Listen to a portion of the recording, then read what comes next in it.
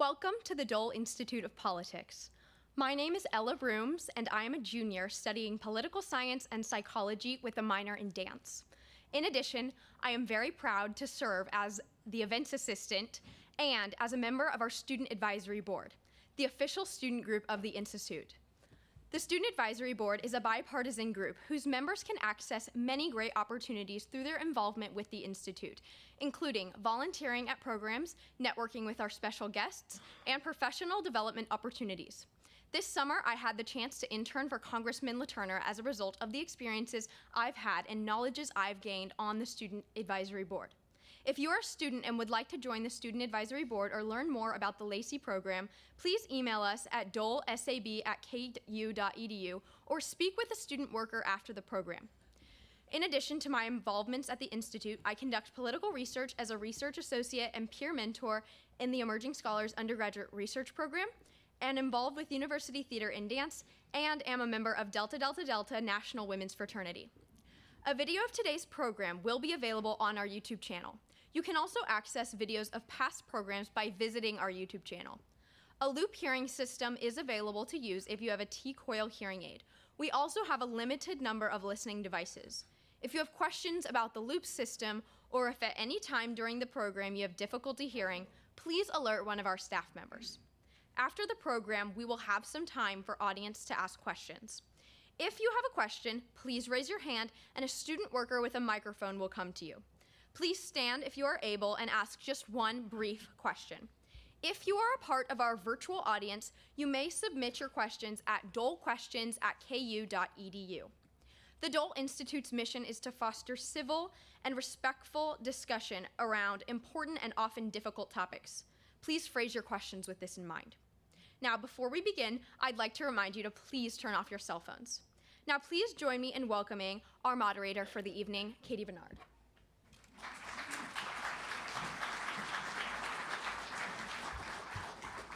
Sorry, Katie, I'm going to butt in on you a little bit. Director's prerogative. Thank you, Ella, for that wonderful introduction. What a full house we have this evening. Welcome to the start of our Spring 2025 programming. I'm Audrey Coleman. I'm director of the Dole Institute, and I'm so pleased to welcome back to the Dole Institute's conversation stage Katie Bernard and Governor Sebelius. And Governor Hayden, I think this is the first time you've been up on our panel here, and I have a feeling that the folks that we picked up in the audience, Kathleen and Katie definitely have drawn a crowd before, but I feel like all of these other folks are Governor Hayden groupies. Tonight's program is inspired by the University Press of Kansas book, Reform and Reaction, co-edited by Ed Flentje and Michael Smith. I hope you have noticed the table out in the back of the auditorium. You can pick up a copy. But this book, as we learned, is the first book on Kansas politics since 1991. It was just published last year in 2024. We're so pleased that this conversation was inspired by that book, and thank you, Michael and Ed, for coming to us for the opportunity to hold this program and bring this program, the vision, to reality. The book is also a celebration, and we just had a wonderful reception gathering pre-event of the legacy of the late Burdett Loomis. And many of you in the audience had wonderful connections to him here at the Dole Institute. He was interim director during the development phase of the Dole Institute, working closely with Chancellor Hemingway and a team of colleagues from across the university. In addition to the book Reform and Reaction, The Arc of Kansas Politics, as being a part of his legacy, this place is also a tribute to his vision. So I'm really grateful to be here and continuing that, and hoping that this evening makes him proud as well. So thank you so much for being here. Before we begin, I want to preview a couple of programs to come up. Here in February, we're going to take a programming break next week, have some student programming, and it's also Kansas Day. We have family activities here at the Dole Institute. Happy Kansas Day in advance. I hope you do some wonderful things to celebrate next Wednesday, maybe at the Capitol, where they're unveiling a new mural, which is very exciting. But first, on February 5th, on Wednesday at 3 p.m., the first program of the year for our Fort Leavenworth series is presented in partnership with the Department of Military History, the Command General Staff College at Fort Leavenworth. It'll be the first installment of their series for 2025. Technology and Innovation in War. So you won't want to miss the start of that series. Come back the next day on Thursday, February 6th at 7 p.m. right here for the annual Elizabeth Dole Women in Leadership Lecture. We're going to be honoring author and communicator Sharon McMahon. Any of you who are on Instagram, maybe one of Sharon's million-plus followers. She's also a best-selling author on the New York Times bestseller list. Her book, Small and Mighty, she'll have some inspiring words about political discourse and civics education and how that looks on the internet and what we can do next in this really complicated and volatile world of political communication that we're in right now. So please plan to join us for Sharon's program. I have a note here from our strategic communications coordinator. If you plan to come to that program, look on our website because we are going to ticket for that program. We're expecting a big crowd. The tickets will be available starting January 28th. Those will be free, but you have to register. Lastly, on Wednesday, February 17th at 4 p.m., our Dole Fellow for the spring, Matt Beat, will be hosting a series entitled Exactly How Much Power Does an American President Have? He's going to explore the evolution of the exercise of presidential power since the ratification of the Constitution and discuss presidential relationships over time with each branch of the government, the states, and the citizens themselves. So a timely and interesting conversation. Matt Beat is also a YouTuber. He's an educator, but he has a tremendous following online too. So again, we're experimenting with how to, the world of actual information and fact-based information and how to distribute that with our programming at the beginning of this semester. So without further ado, I will further introduce our guest for the evening. Katie Bernard is a politics and government reporter covering election administration and suburban politics at the Philadelphia Inquirer. Thank you for traveling here, Katie, to be with us. She previously served as State House reporter with the Kansas City Star, where she led the outlet's coverage of the historic August 2022 election. Katie is a KU grad here studying journalism and political science and was also an alumna of the Dole Institute Student Advisory Board. Kathleen Sebelius was governor of Kansas from 2003 to 2009, and after her service as Kansas governor, served as the U.S. Secretary of Health and Human Services for the Obama administration. Prior to her governorship, she was a member of the Democratic Party, still is a member of the Democratic Party, as we all know, chaired the Democratic Governors Association. Sorry, didn't mean to imply anything. There's nothing going on there. That's just me misspeaking. No bombshells. Kathleen is also a member of the Dole Institute Student Advisory Board, Board of Advisors. Thank you. Not the Student Advisory Board, the Dole Institute Board of Advisors. Thank you, Kathleen. You can sneak into the Student Advisory Board meetings if you like. And finally, Mike Hayden served as governor of Kansas from 1987 to 1991. While governor, Mike oversaw the improvement of the state's fiscal condition, efforts to conserve the state's natural resources, launched rural community preservation initiatives, and led efforts to combat drug and alcohol abuse. Before being elected governor, he served as a representative in the Kansas State House from 1972 to 1986, including 2 terms as Speaker of the Kansas House of Representatives. Now I will turn the floor over to Katie Bernard to lead our conversation this morning. Join me in welcoming Katie with our former governors.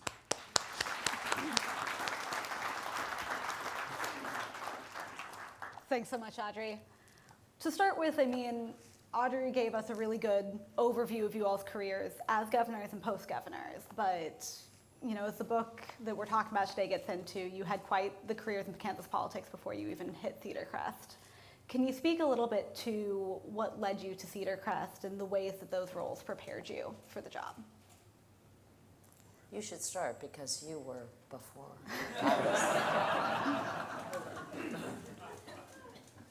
Well, I was a graduate student at Fort Hays State University in 1972, and our current legislator at the time was always voting against natural resources, and it made me mad. And so I told Patty I was going to run for the legislature. I was 28, and the district is in far northwest Kansas. It's 100 and some miles from Hays. So I used to teach embryology lab in the morning, 7:30. As soon as it was over, I'd drive to the district and campaign. And we won by 250 votes. And that began a 14-year love affair, really, in the Kansas House of Representatives. It's an honor to serve there, and I was honored twice to be elected Speaker of the House, which in politics, everything is timing. You got to be in the right place at the right time. And fortunately, as Speaker, our sitting governor, John Carlin, was term limited, and so that meant there was going to be a new governor. And my thought was, well, it might as well be me.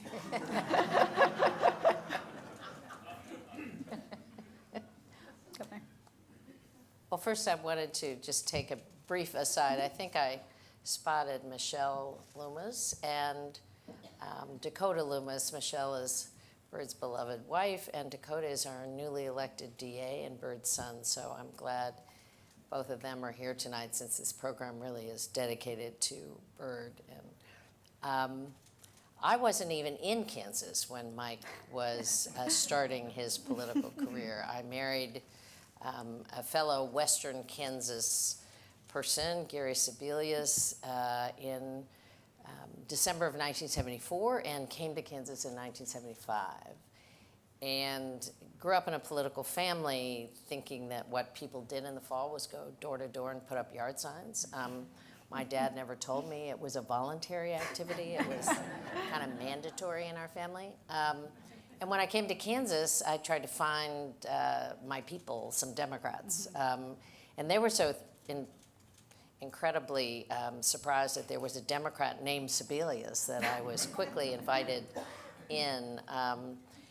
Did various work. I did corrections work when I first came here, and which is what I had done in DC. And then I was a director of a bar association, the Trial Lawyers Association. And when the legislative seat in our neighborhood became open, the woman who held the seat came to me and said, "You should run." And at that point, our kids were 2 and 5. Gary was a busy trial lawyer, and I would say the wheels were kind of coming off the wagon. Neither of us had enough time at home. I was feeling kind of guilty, so I didn't run for the legislature to be governor. I ran for the legislature to go home. We lived in Topeka. We lived about a mile from the Capitol. The school was around the corner. It was a part-time job, and I could kind of balance that more easily than the full-time, very busy job I had. So I ran. I was successful in that election, and then I ran for insurance commissioner, which was probably the craziest race I've ever done in my life because I didn't have any idea what the insurance commissioner did. A Democrat had never been elected to the office. We didn't know any Democrats who were in the office. I figured it had something to do with insurance because I was in the title, and I was really interested in health insurance, had served on the insurance committee and the legislature, but literally did not know. And terrifyingly, I won, and then we really had to figure out what the hell was going on.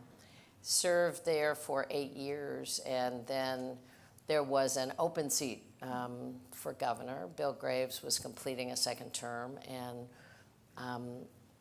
I had been in a statewide office and thought, it would be an opportunity to run, and so I did, and ended up being one of Mike's successors in the governor's office. But like Mike, I love the House. The House was a great preparation for the next steps, and there I was. You mentioned, you made a quip about folks being surprised that there was a Sebelius named Democrat, a Democrat named Sebelius. Very surprised. Explain why. Well, my father-in-law, Keith Sebelius, was a very popular Republican. Yeah. He had been, my husband, Gary, is here today. Hi, Gary. And Patty Hayden is here today. Hi, Patty. But Keith had served in the Kansas Senate for, I think, 12 years, and then had been elected to the 1st District in Congress. which is where he served when Gary and I got married. So we had a curious marriage of politics. My dad was governor of Ohio, a Democrat. Keith was a Republican, and when they first met, Keith said to my dad, you know, I've never been beaten by a Democrat.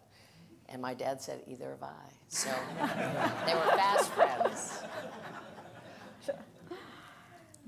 Both of you, you know, whether through marriage or upbringing, have roots in Western Kansas, but you were also governing in a period where the balance of power in Kansas was really shifting from rural areas to the urban and suburban centers in eastern Kansas.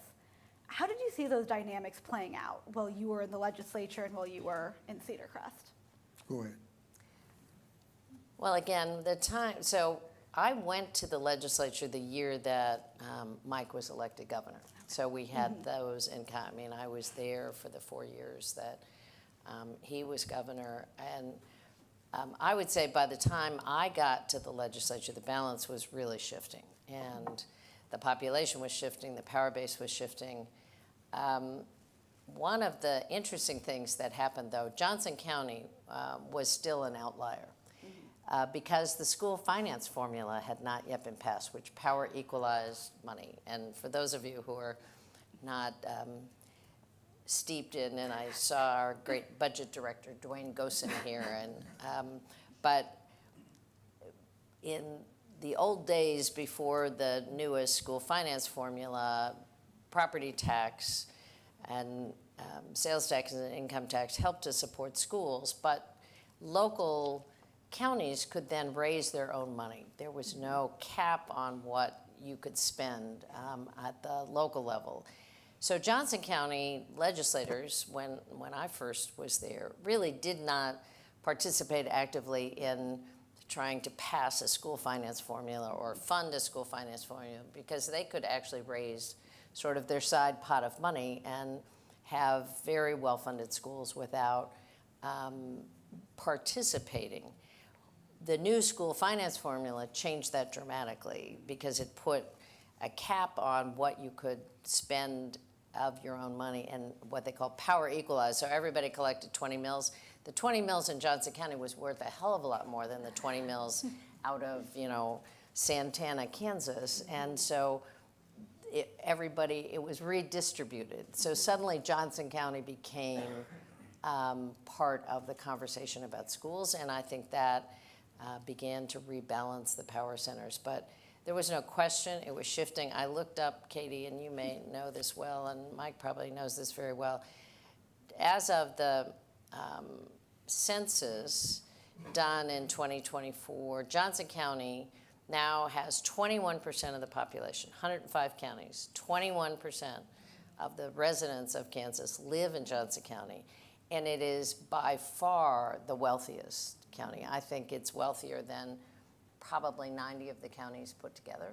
It's one of the wealthiest counties in the country. So we have not only a power imbalance, but I would say a very economic imbalance in the state right now. Anything to add? Well, to show you the difference in the shift of population, Ed Flentje's here tonight. He came out to Atwood in 1985, and he said, look here. He said, here's the numbers. He said, if you'd run for governor and we'd carry 90 counties, nobody can beat us. Well, we took that theme. I think in the primary we carried 89, and in the general maybe 101, and we won by 32,000. Now. And I had to win 10. I mean, that was my goal. Exactly. Yep, win And 10 counties. in this last campaign, 2 years ago, Derek Smith carried 90. He carried 95 or 96 counties, and he lost by 15,000. Yeah. So that shows you over passage of time the tremendous shift. Same philosophy, actually. Same not political philosophy, but the same strategy. resulted in 1986 in a good majority. In 2024, it failed because the population has shifted that dramatically. Yeah. So he carried all but 6. And when I ran, it was 2001. I mean, Yeah, 2002. 2002. And then you had to, I mean, the goal was 10 counties. By that point, the majority, if you could win those, you wanted to win all 105, don't get me wrong, but winning 10 counties could deliver the majority. So it moved from, not, that far, and now it's 6. Right, exactly. Who have that majority of the vote, yeah. Did you feel like that shift changed the conversations in the building of what issues took priority and the way you had to negotiate to get, your legislative goals accomplished? Well, there's always been a split between rural and urban in Kansas, going clear back before statehood, really. And there's always been this divide between eastern Kansas and western Kansas. And that's existed. And sometimes it gets more aggravated than others. Certain of the issues, for example, the severance tax, when it was a major issue in the 1980s, deeply divided the state. It is an entirely different lifestyle if you live in Elkhart or if you live in Overland Park. They're two different worlds, yet they're still in the same state. We still have the same senators, United States senators. We still have the same set of laws, state laws that govern us, yet the two lifestyles are not aligned at all with each other. And I think as time passes, we'll become more urbanized. The urban areas will continue to grow. And being from a small rural county, I hate to say it, but in my lifetime, I've watched the population decline year after year after year. And that's a very difficult situation if you live in a small town or if you live in the country as compared to the issues you deal with in Lawrence or, Olathe. So I know there are a number of folks who I served in the legislature with and here tonight. And, each of us, I think, brought our own perspective. But in addition to the rural-urban divide, is this, dominance of Republicans in the legislature. Only 3 times in the history since statehood have Democrats had a majority in the House of Representatives. Once, I think, in 1912, I wasn't here. Mike wasn't here. Once was when John Carlin was Speaker in the late 70s, and then once when I was in the House in 1990. And those were the only 3 times. So part of the mindset is not about just rural-urban. And we had at one point Democrats who came out of more rural Kansas, western Kansas. That's pretty much gone. Yeah. There is virtually no legislator with a D after his or her name who comes west of Highway 81. I mean, that's been changing as the population has changed. But part of the mindset of, I think, Democrats in leadership was always not just rural-urban, but how do you put together a majority? I never had a majority in my party for governing as a governor. And so you really had to look for common ground and common themes. And there's some pretty odd bedfellows, pretty odd issues where some people would come to the table, but you always had to be on the outlook for Republicans who would come and be part of the conversation. And there were, in my experience, they were always around particularly school issues, a lot of children and family issues. There were more moderate Republicans who would often be part of that coalition, keep the government going, make budgets work, pass school finance formulas. And I think that's also changing in Kansas, but. And that's, I mean, you, Governor Sebelius, notably included Republicans in your administration, including Governor Hayden in your cabinet and former Governor Mark Parkinson. What was the thought process behind, bringing Republicans, not only into the fold as a coalition, but within the executive branch? Well, first of all, with Governor Hayden, I was so delighted. He had been in the position with Governor Graves, and I asked if there's any chance he would consider staying, because by that point, I will confess, and I'll make a public apology. I was such a punk when I was a legislator and you were governor. Let me just start there. Because our goal, really, we were within, I think, 8 seats of the majority the year I got elected. And 2 years later, we were within 2 seats of the majority. And the real goal was get to the majority and maybe get a Democratic governor in 1990. We didn't know what we were asking for exactly, but and we did both of those things, but it turned out to be a very unusual situation with Governor Finney. But what I knew by the time I got to be governor was that Mike was this incredible expert on water, not just recognized in Kansas, but across the country, that he knew more about wildlife and the environment in Kansas that I would ever know. And the opportunity that I had to ask him to please stay, and his willingness to be part of that was just a miracle for me. And I learned something every day from him. How to shoot a shotgun, all about, literally, all about, Kansas wildlife, a lot about water. And I mean, it became a wonderful relationship. Mark Parkinson had been the chairman. I had served in the legislature with Mark, or he had served with me. He was in the Senate when I was in the House. And I was really trying to recruit Paul Morrison to run for Attorney General, because we had an Attorney General who I found to be particularly scary. And I thought Paul had the profile coming out of Johnson County, sheriff. I'd done some work with him as insurance commissioner. I thought, now he seems like if we could convince him to be a Democrat. And the person who came to this very top secret meeting to see if Paul would change parties was Mark Parkinson. And I finally said to him, because there were only 4 of us in the room, and I said, what are you doing here? Because I also knew Mark, and he was the former chair of the Johnson County Republican Party, and I couldn't figure out. He said, I'm very close friends with Paul, and if he's in, I'm in. I was like, really? Well, that's interesting.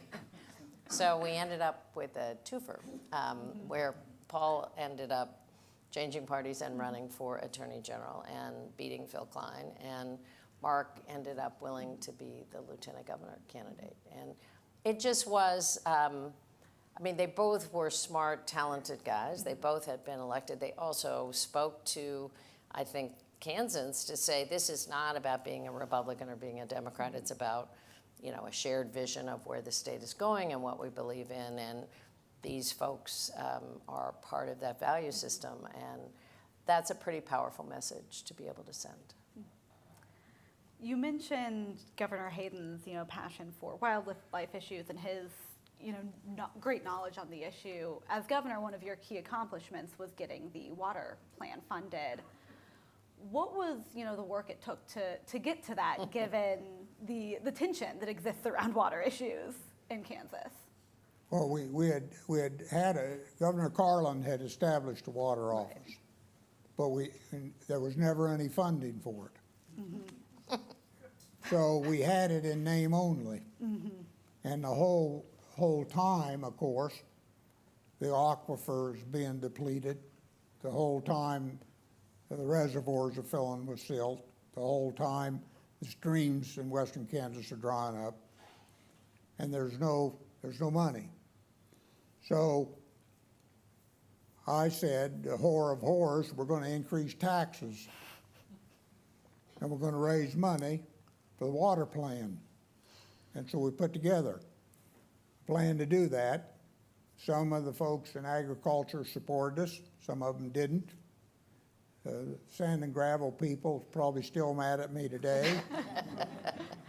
But we put together a coalition of revenue streams that would fund the water plan. Well, we got it through the House, and we got over to the Senate. And the Senate was deeply divided. And we got down to the last night of the session. Well, in the Senate, it takes 21 votes. And they called the roll, and it was 20 to 19. Well, Senator Bogina had had heart surgery, and he was in the KU Med Center. So I got him on the phone, and I said, Gus, do you think you can stand a ride to Topeka? We got to have your vote. And this is like 11 o'clock at night. He said, well, yes, I will. So they took him on a gurney, put him in with the highway patrol, drove 90 miles an hour, which scared him more than his heart attack. He came in on the Senate floor and voted aye on the last night. And that was the first funding we got for the state water plan. And of course, Governor Kelly has been a strong advocate. He lived. Yes, he did live. Not only that, he still lives. He did. And Governor Kelly's a strong advocate of the water plan, and it continues to grow. The real truth is that the problems continue to be exacerbated. Mm-hmm. We're in a lot worse shape than we've ever been when it comes to natural resources, particularly water. Mm-hmm. And but at least we got it started. Joe Harkins worked for both Kathleen and I. As director of the Kansas Water Office, he gave us the leadership we needed to pull it all together. And so today, we at least have a framework, and we at least have some dollars to put into it. Mm-hmm. I don't know that we'll get it reversed because the forces are mighty great. Mm-hmm. But we try to do the right thing, and I'm very proud of it. That we were able to get it going, to prime the pump, and it continues to grow to this day. If you hadn't gotten that last vote at 11 p.m., do you think it would have happened, or would have been another several years before that funding would have come through? Well, it wouldn't have been any easier, that's for sure. You know, one thing about in politics, Satchel Paige, I think, said it, you never look back. Yeah. You know, just keep looking ahead, and you win some and you lose some, but don't look back. Fair. After leaving office, both of you were part of a coalition during the Brownback years that advocated to retain Supreme Court justices that were on the ballot. What drove you to step into the political arena to advocate on behalf of these judges during those retention races? Well, I think one of the great things since, Kansas changed the way judges were selected, the merit selection system after the so-called triple play that outraged Kansas voters, is that we have had Republican and Democratic governors supporting the notion that there's a professional and citizen group that starts the process, looking at nominations, and then sending the top 3 candidates to the governor, and the governor makes a merit selection based on that, and that while judges go on the ballot for so-called retention and can be, impeached, that we have kept politics away from the judiciary, and I think that has built some trust and confidence in the third branch of government, that people have an equal shot. It doesn't depend on how much cash you can raise in the campaign. It doesn't matter that people don't run smear campaigns against each other. And I think the 4 governors who participated in that, Governor Hayden, Governor Carlin, Governor Graves, and I, felt very strongly that that also sent a message. This isn't about being a Democrat or Republican. We all appointed judges under that same system. We all support that system. And by the way, get your saddle out, baby, because we're gonna, it looks like the legislature is once again gonna come right after the merit selection. They've already teed up a possible amendment. They're very interested legislators in electing judges in Kansas, electing the Supreme Court. I think it would be a terrible step back. And but you can talk about your own. I'm married to a lawyer. Our older son is a lawyer. They would have probably shot me if I didn't believe in this. But I take it very seriously. I think the courthouse is a door that needs to be open to everybody. And we've had a great system in Kansas. We certainly have, and we should keep it. There needs to be and maintain a fundamental division between the three branches of government. And that balance of power is very, very important. It's important historically in this country. It's important in Kansas. And if that balance of power gets out of balance, it's dangerous. It's dangerous for the people as a whole. And so the merit selection has served us very well. Kathleen alluded to it. It used to be we had the elected process, and if you got elected to the Supreme Court if you could tack up enough campaign posters on REA polls throughout western Kansas that people would know your name enough to mark your ballot, you could get on the Supreme Court. That's not the way it should be. We corrected that wisely. At times, people have made an effort to go back to the electoral process or appointment process. That's just not a healthy thing. Both of us have had the honor of appointing people to the Supreme Court. I appointed Fred Six from right here in Douglas County. Fred did a tremendous job, bless his heart.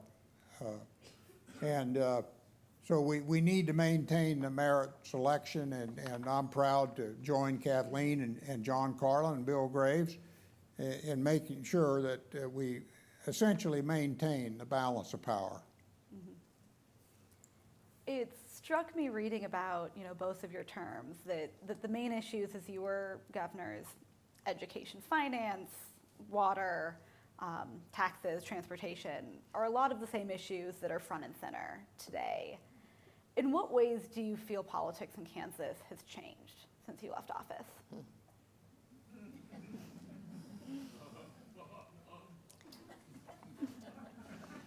Well, I think 1996 was a real, at least the first visual fissure in the Republican Party. Now, Mike can say better than I how long that may have been bubbling, but it kind of came to a real surface in 1996 when Bill Graves, the sitting governor, made a decision to appoint his lieutenant governor, Sheila Fromm, former state senator, now lieutenant governor, to take Bob Dole's place in the United States Senate. Dole was resigning to run against Bill Clinton in the presidential race, and there was an open seat. Nancy Kassebaum was running in the other seat, and so Governor Graves appointed Sheila Fromm, and the following day, first-term Congressman Sam Brownback, who had served a term as the representative from the 2nd District, former Ag Secretary to Governor Hayden, former Ag Secretary to Bill Graves. I think he served as Agriculture Secretary all the way to 1994, right, when he ran for Congress. Yes. He made declared that he would run in the primary. And it was really the first time, and I remember you know, in the, by then I was insurance commissioner, but watching the legislature, and in the legislature, in the Republican majority in the legislature, people began to declare some for Senator Frum and some, Phil Klein, who ultimately was elected Attorney General, was one of the first to endorse Sam Brownback. I mean, so you saw this split in the Republican Party. David Miller, who had been a legislator, declared himself 2 years later he resigned as chairman of the Republican Party and ran against Bill Graves in the primary. So there was this enormous battle inside the Republican Party. Now, Democrats were still trying to count heads. I mean, we took everybody, you know, you wanna be with us? We like you. And meanwhile, there is a ferocious pitch battle brewing, which really, I would say, opened up, you know, in my view was it opened a lane suddenly for Democrats that hadn't been there before, both inside the legislature and in other offices, because the ferocity of the animosity between the more traditional Republicans and this new brand of anti-government, anti-school funding, anti-tax group was pretty ferocious. And they actually liked Democrats better than they liked each other. So there was an opportunity to put together some coalitions around that. But that, I think, has just accelerated, and the party has moved pretty dramatically. I think Democrats are pretty much where we were, maybe leaner and slimmer than we were, but the Republican Party, I think, has coalesced around the, in my opinion, you know, move far to the right, and there are very few of the moderates left, at least in the legislative process. Now, you saw it much, you know, that's my outside observation. No, it's very accurate. I remember in '96, Bill Graves called me and he said, David Miller, who's the state Republican chairman, is going to run against me. I said, well, Bill, you don't know it, but that's good news. Because you're going to beat his socks off. And that's exactly what happened. But the Republican Party is no longer the party of Bob Dole or the party of Keith Sebelius. It's hardly recognizable. In fact, I remember when I first thought about running for governor, I said to my chief of staff, Sue Peterson, I think I'll run as a compassionate conservative. She said, oh, hell, that'll never fly. And, you know, I still am very, I got to serve under the first President Bush, and very humbled by that, what a great man he was. I see Jerry Ford's picture over there with Bob Dole. I still remember what Bob said, Alf Landon only carried 2 states, and we only needed 2 more. But I've known a lot of great Republicans that had compassion, but also had a conservative bent, but not a vicious one. A lot of that's unfortunately been lost, and it's not good. It's not good for the country. You know, Republicans and Democrats, I used to tell my staff, you know, we're wearing different colored jerseys, but we're in the same game. We're in the same game. And so there's nothing wrong with compromise. And today, there's just too many Republicans that can't spell compromise. Gotcha. One last question, then I'll open it up to audience Q&A. But I told Governor Sebelius I would ask this. You both worked together, worked in one another's vicinities for a long time. What did you learn from one another over the years? Well, I'll take that to start. I'll show you how how smart Kathleen was. We had in 2002, we had the Governor's Water Conference here. And of course, she was not the governor yet. We had the Governor's Water Conference here in Lawrence, which is a very important thing. Well, of all the candidates for governor on both the Republican and Democrat side, there was only one that showed up, and that was the Attorney General, Carla Stovall.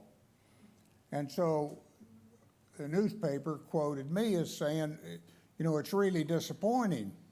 Here we are talking about water, a critical issue. We've got, at that time, 4 or 5 candidates for governor, and they're not here. Well, the next day I get a call, and they say Kathleen Sebelius is on the phone. And I said, yes, ma'am. She said, I want to meet with you, and I want you to tell me all you know about water. And here I was, a former Republican governor, working in a Republican administration. And here she was, a Democrat, running for governor. But she had the right attitude. She had enough savvy that, hey, this is an important issue, and I got to learn about it. And so I'm going to turn to some of the folks that have had experience in it.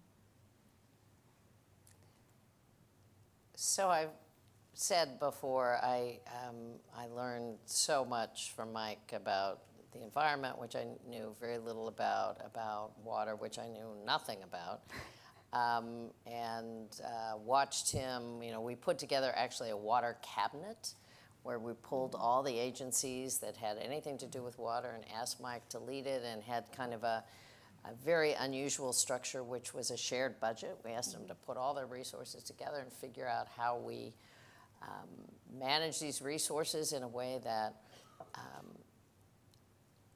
prepared us and made us more resilient in terms of water resources. So those things were a day-to-day learning operation. But my first experience with Mike Hayden was my first year in Kansas. I was not in the legislature. I was volunteering for the League of Women Voters.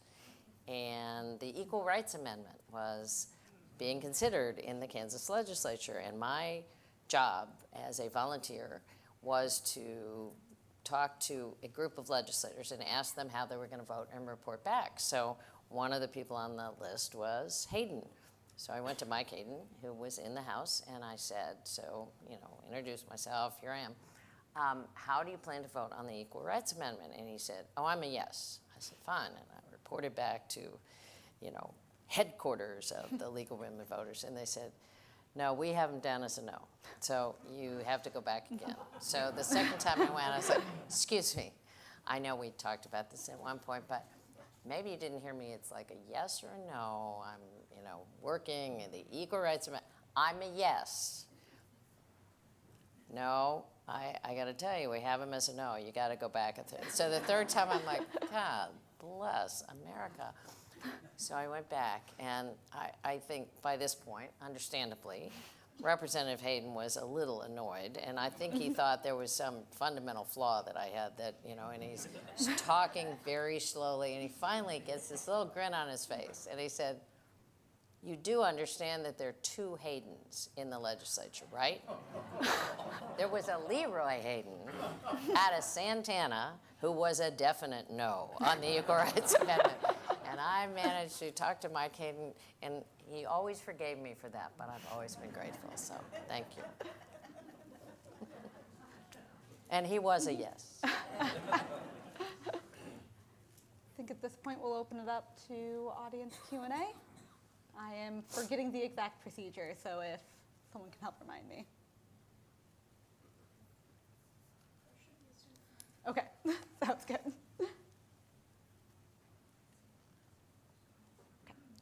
If you have a question, just raise your hand, and a student with microphone will come to you.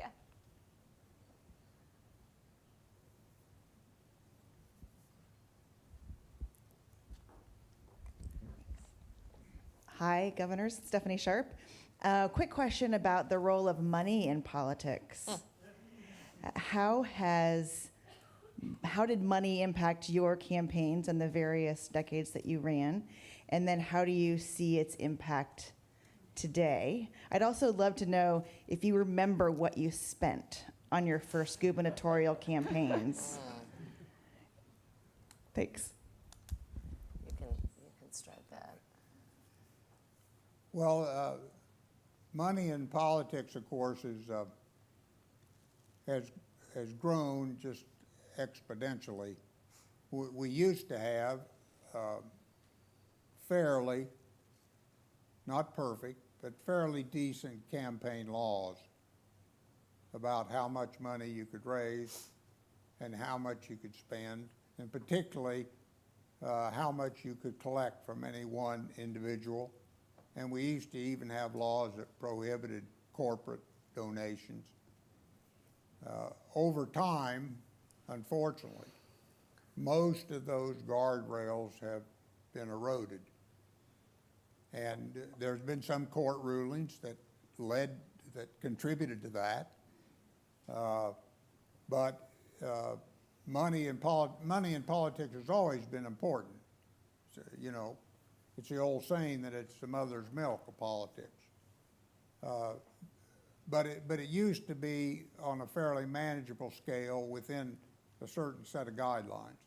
Today, unfortunately, most of those guidelines are gone, and campaigns are a lot more expensive, but obviously when you get into corporate support, corporate sponsorship, and you can look at the federal level today when you got billionaires who $1 billion to them is like 100 to the average person. You can see that the influence of money has gotten way out of hand, and the legislature has not reined it in. And the courts actually, I mean, there are certain freedoms guaranteed by the Constitution. So the courts have recognized that, but it's not a favorable situation, and it's probably only going to get more aggravated. So Stephanie, you asked about, I agree with everything Mike said about the influence, and it has only grown, and unfortunately it looks like it's going to continue to grow unless we get some new Supreme Court ruling on money in politics. But I remember, I think, I ran for the legislature 4 times, and I think I spent somewhere in the neighborhood of $50,000 for those 4 races. Probably less as the races went on, because I didn't buy as many signs. My wonderful longtime campaign manager, good friend, is here in the audience, Joyce Allegrucci.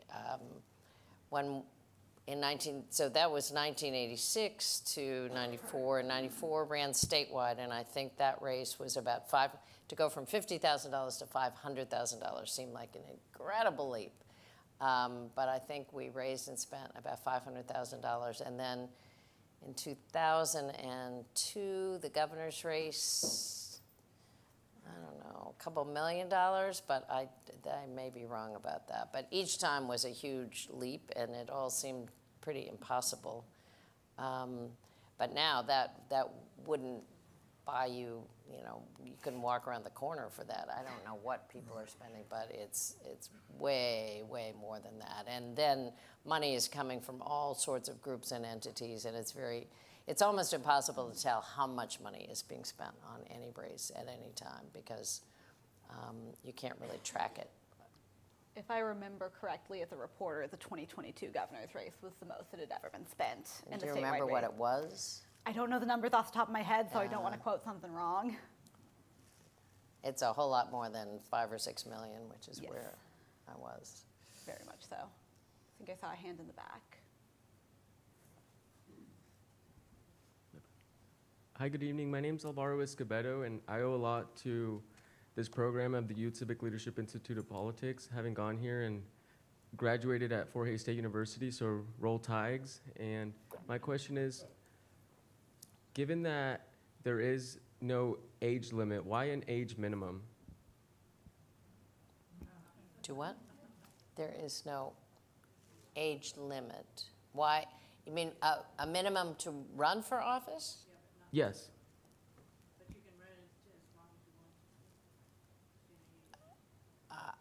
I don't know.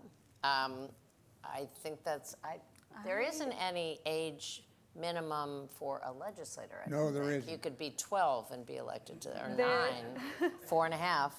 I don't think there is for governor. There is now. Is there now? There wasn't when we ran. I No. don't think there was any age minimum. There is at the federal level, but there isn't. There wasn't Yeah. at the state level, but there now is. The minimum was put in place after the 2018 governor's election when I There believe was a about 12-year-old. I believe about 5 Yeah. teenagers entered the race, and lawmakers made that illegal. When after we that. were there wasn't any minimum. Mm-hmm. I think it's 18 now. You have to be legally able to vote to run for office. What a novel idea. See another hand in the back.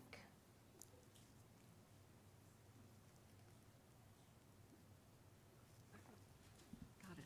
Can I hold it? You have to hold. Deb Miller.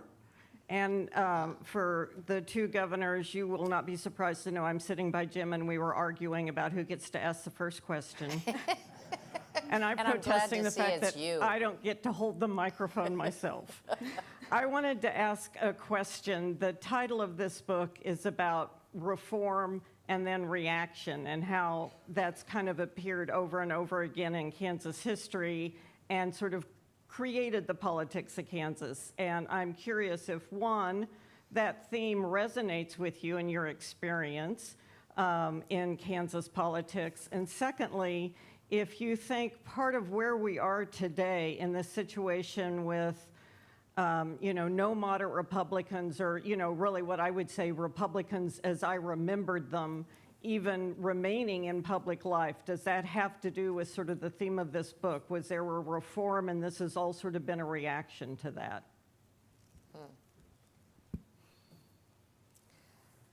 I don't know about we both probably have unique perspectives on this, but I did have a chance to read the book, and the book is excellent. I would urge folks to definitely stop and buy a copy, because it really is a great snapshot of this amazing state and the politics of since 1960. But in thinking about the leadership, it wasn't, I don't think, there wasn't a great distinction as we went from Democrat to Republican often. The 2 people who stand out to me as a bit of anomalies in that period of time are Joan Finney as a Democrat, because in this day and age, it would be hard for her to ever win a Democratic primary because of both her position on choice, but also when she was elected to office, she did not have the kind of legislative leadership that Bob Bennett, President of the Senate, on to John Carlin, Speaker of the House, on to Mike Hayden, Speaker of the House, had brought a huge expertise. And Governor Finney's big issue was she really had very little regard for the legislature, and she wanted to turn the power back to the people. She wanted initiative and referendum to be the governing force in Kansas, and that really was a sort of dramatic shift. And Sam Brownback, in his own right, was a dramatic shift of the kind of Republican leaders.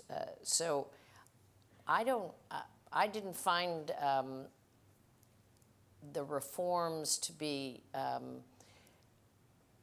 the next election necessarily to be a reaction to the last, because you think about that as, a Republican wins and then pushback, and a Democrat wins and then pushback, and a Republican wins. I'm not sure that's how Kansas has gone. There was pretty seamless baton passing often along the way. I mean, I succeeded Bill Graves, and there was could not have been a more seamless transition in terms of helping me to get situated, taking some cuts in his last budget so I didn't have to do it as a brand new governor, making sure that things were in good shape. I hope you had the same experience with Governor Carlin to your administration. So I find that there are a couple of kind of anomalies for the party, but the kind of middle of the road, common sense, put together a coalition, compromise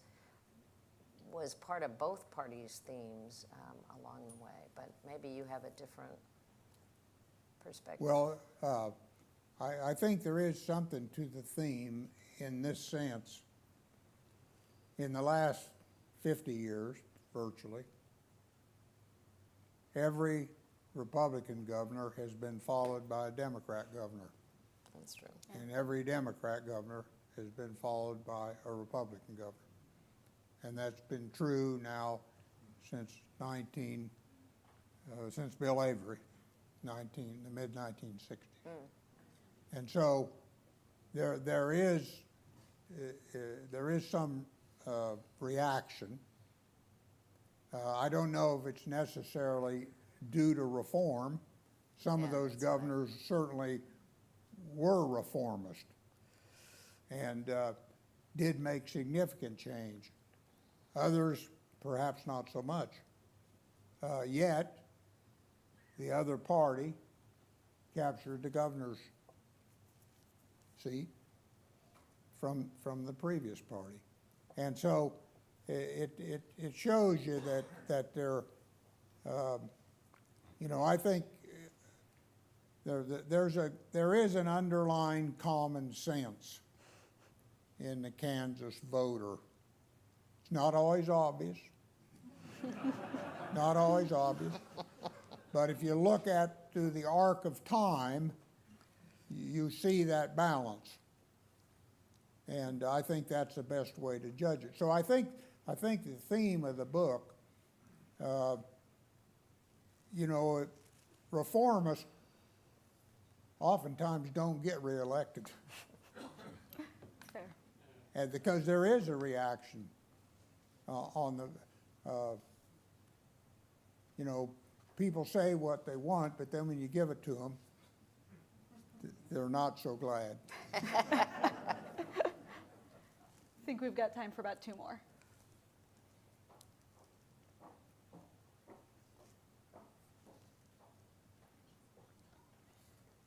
Good evening, Charlie Crabtree. The rift that you've been talking about in the Republican Party appears to me to still be alive and growing. My question is, how far do you think this rift can go? How much damage do you think it will do? And do you have any realistic hope that it will ever go away and we will reach compromise?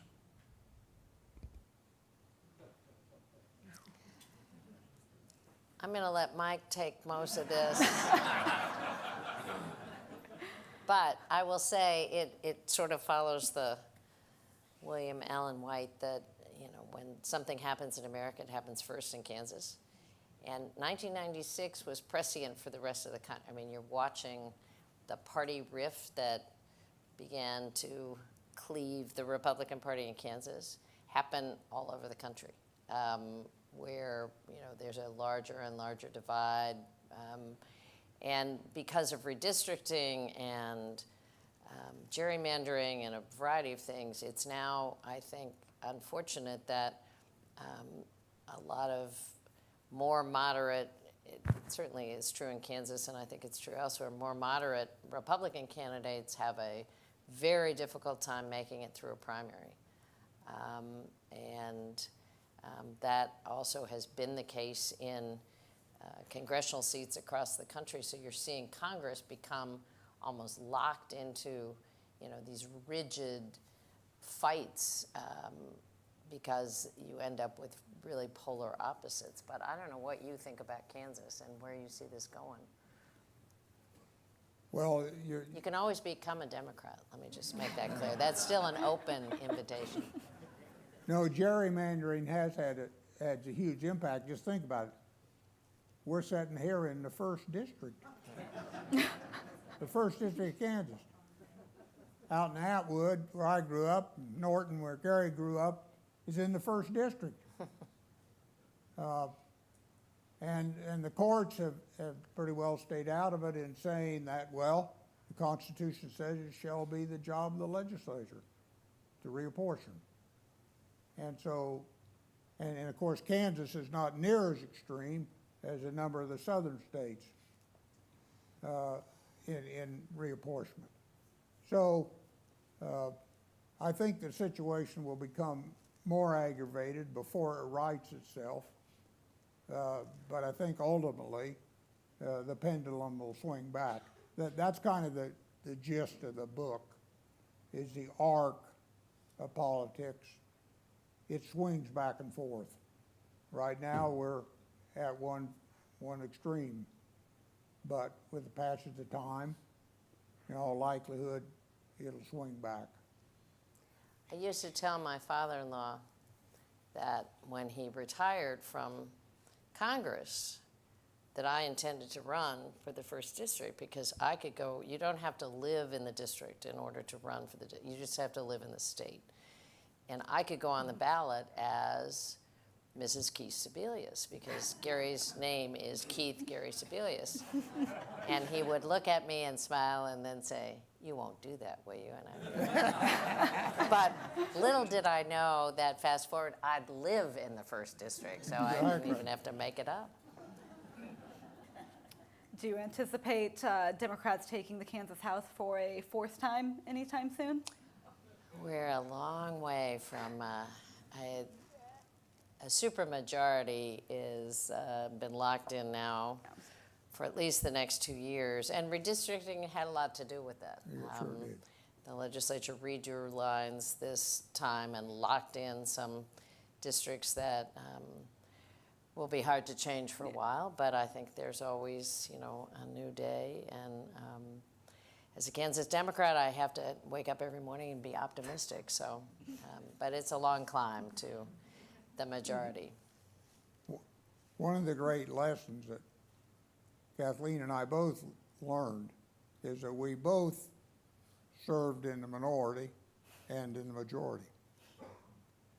And I remember there was an old fellow, Irving Niles, from down Osage County, and they asked, he'd been there long enough that he'd served on both sides.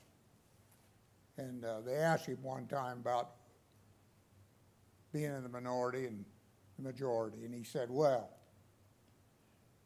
he said, I've sat on the north side, and I've sat on the south side, and it's a lot sunnier on the south side. One last question. True this is. I just wanted to know hi, my name is Will, and I just wanted to know what was your what are you not gonna miss most about not being governor no more? So like after you're done with your governor and Governor Hayden, what do you not miss most about being governor? I couldn't hear the question. What do you not miss most about, was the question? What part of being governor were you happy to leave behind? Fundraising.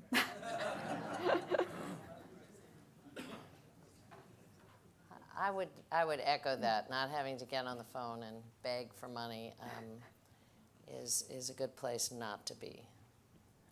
That one was quick, so we'll take one last. Thank you for coming.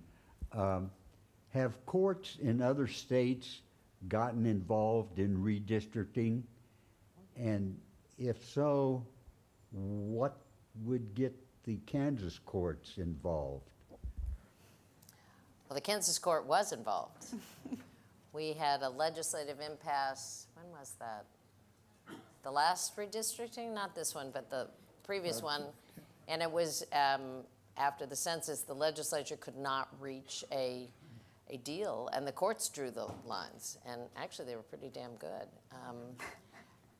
A lot of states have done things like go to a nonpartisan commission and move it totally out of, they're clearly there's a political tendency to draw your own district first and then think about, protect who's there, and the power of the majority is often protected and locked in a way that makes it very hard to, Kansas courts have been involved. They decided this time when the map was challenged that it, on a split decision, that it met constitutional muster. But the Kansas court did draw the lines 10 years ago when we reached an impasse. But I think a nonpartisan commission is probably the best way to go. So you look at real population. But we're going to have a hell of a time. I mean, part of the problem with, to going back to Katie's initial point, when the population shifts the way this population has shifted, and you have such a concentration in eastern Kansas, and you have 4 districts, how do you draw the first? I mean, where does it go to pick up enough population so as a congressional district you have some balance? It's a complicated map to draw, because you need to come all the way to Lawrence from the border of western Kansas to have enough population that you have a equally balanced congressional district. And then you split Johnson and Wyandotte County in half. I mean, Wyandotte County is now split in half. Right. So you no longer even have the 2 most eastern counties. But part of that is population. There are potentially better ways to draw that map, but part of it is population. Thank you both for taking the time.